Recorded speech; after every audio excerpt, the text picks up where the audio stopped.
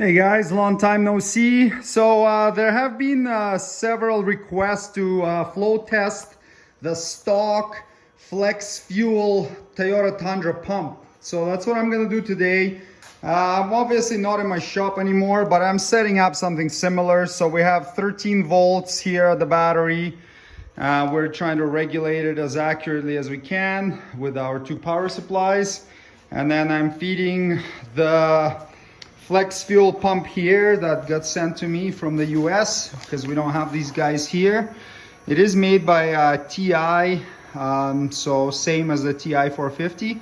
So let's give it a shot. And we're testing it under the same conditions as I tested the Aeromotive 325 LPH pump at. So 13 volts on the battery, and no restriction, and there's no pressure regulator, so it's just free flowing. This way we can draw some fairly accurate comparisons.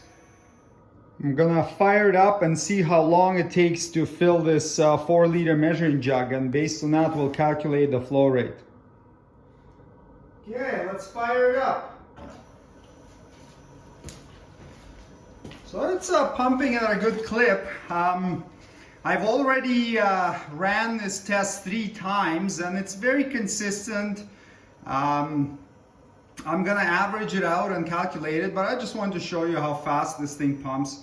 We'll measure how long it takes it to fill the jug up to 4 liters, and then we will calculate the flow based on that. So it's coming up there and mark.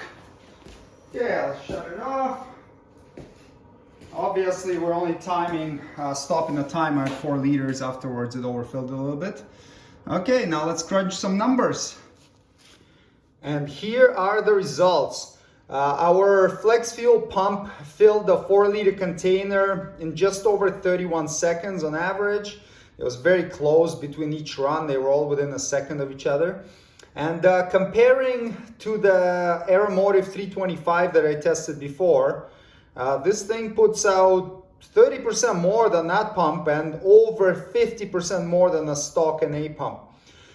So our measurements come out to about 462 liters per hour with no restriction. So of course it will translate into less than that when it's in the actual fuel system. But overall, I think the flex fuel pump is very, very close to a TI 450. I haven't tested a TI 450 under these conditions, so I don't know what it flows, but I think it's safe to say that unless you're pushing some real serious horsepower numbers, the flex fuel Tundra pump does not need to be upgraded. All right, guys.